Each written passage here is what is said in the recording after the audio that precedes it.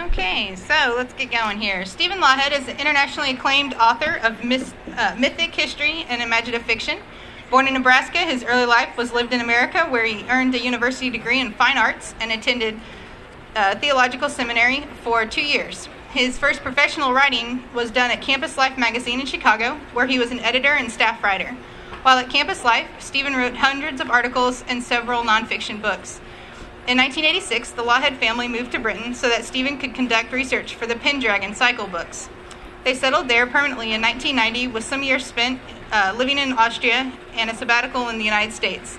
Stephen and his wife Alice currently live in Oxford, England with their 2 sons, Drake and Ross.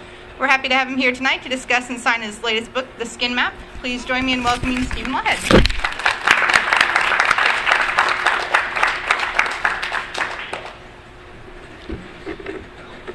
We're going to read a bit, but maybe people would like to just kind of come in. We're quite a ways away from everybody, and we're going to have to compete with the machinery here. Would that be okay? Yeah, come on in. You want me to turn you up also? Okay. Turn up a little bit. This is better. That's better already.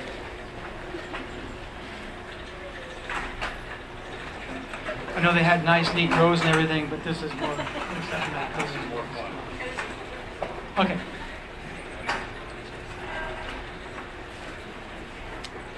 Some of you may have heard of or read even a book. It's called Pillars of the Earth. It's by a fellow named Ken Follett, and it's about building a medieval cathedral. And this was a great departure for him because he usually writes spy thrillers and political novels of one sort or another. And so after doing that, he had this to say. He said, in the book business, when you've had a success, the smart thing to do is to write the same sort of thing once a year for the rest of your life. Clowns should not play Hamlet, and pop stars should not write symphonies. And I should not have risked my reputation by writing something so out of character and overambitious. But it did pay off for him. And my hope is that in my small step outside of what I usually do, which is historical fiction, mythic fiction, into this sort of strange hybrid of science fiction, philosophy, historical fiction, and who knows what else, that will pay off as well. The series of Bright Empires will stretch to 5 books in the end. This is the first, and it's just out.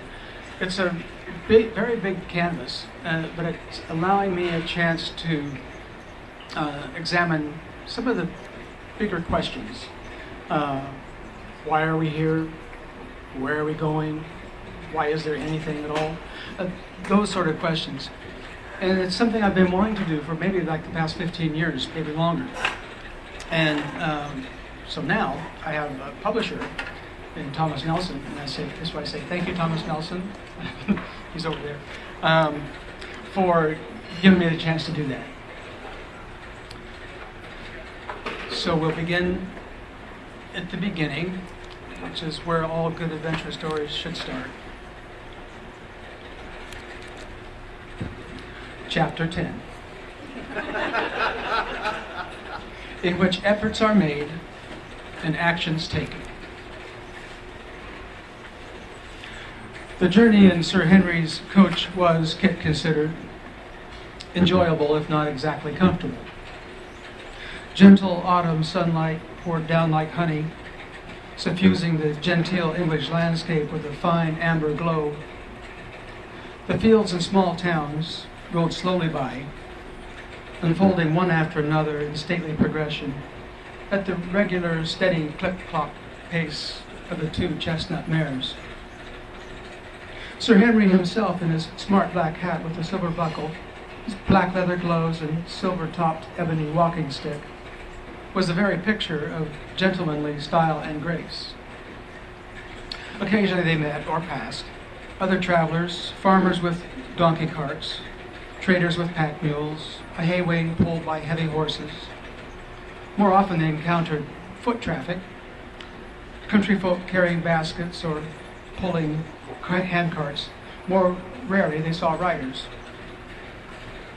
The only drawback in traveling this way was the road, which was more in the way of an endless series of potholes joined by ruts than a seamless ribbon of pavement. At intervals, there were streams to be forded or rocky steeps to be negotiated. The latter required the passengers to alight while Sir Henry's young driver led the team and coach over the rough terrain. The jouncing, bouncing, jolt and sway of the carriage took some getting used to, but once mastered was oddly soothing. What his two companions were telling him, however, was anything but soothing. Kit tried to keep his mind on what they said, but that was proving a struggle, because most of what they told him he simply could not comprehend. And the small portion he did understand was too fantastic to credit, even by his own increasingly relaxed standards. And he could not help feeling that Sir Henry and Cosmo had parted company with the solid ground of reality and were now floating high over Fantasyland. But then again, why quibble? Why strain at a ganat, his father used to say, when you've already swallowed a gnu? See here now, Kit, his grandfather said. Pay attention, this is important. When you travel to another world, the best policy is to interfere with the locals as little as possible, and only when strictly necessary. Why, you ask? Because every interaction changes things in unexpected ways. Small, insignificant changes may be absorbed without undue strain, but large changes result in the wholesale alterations in the universe, and we don't want that. I don't know anyone who does, said Kit, but well, hold on a minute. What about the other night? You know, when you woke up the baker and prevented the fire. Isn't that the sort of interference you're talking about? Precisely, exclaimed Sir Henry.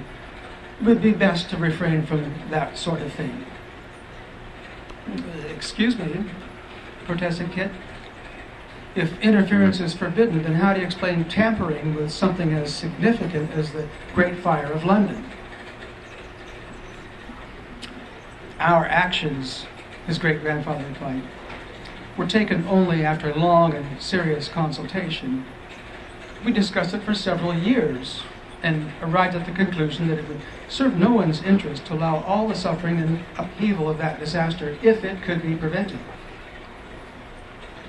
Not even in rebuilding the city in stone, wondered Kit. That was the one thing that historians always pointed out when discussing the Great Fire, was the new world-class city rising phoenix-like from the ashes, and on and on. And Cosmo nodded. We considered that too, of course, but how many human lives would you trade for a stone building or two? And anyway, nothing emerged from the fire that would not have come about by any other less destructive means. The fire merely lent speed and urgency to a process already begun. In short, there was no reason for all those thousands of innocent townfolk to suffer. And as is most always the case with any disaster, it is those who can least afford to lose who lose the most. Not to mention the enormous obstacle on the road to enlightened learning, added Sir Henry. Sir? Wondered Kit. St. Paul's Cathedral, of course. Sir Henry replies that this should be self-evident. It is where London's booksellers stored their wares, explained Cosmo. All the books on medicine, science, mathematics, history, philosophy, everything lost. The fire would set back learning 100 years at a time when learning to read was just beginning to catch on. This sounded reasonable to Kit. So I said, until you can be sure you know the effects of what you're changing, the best course is not to interfere too much.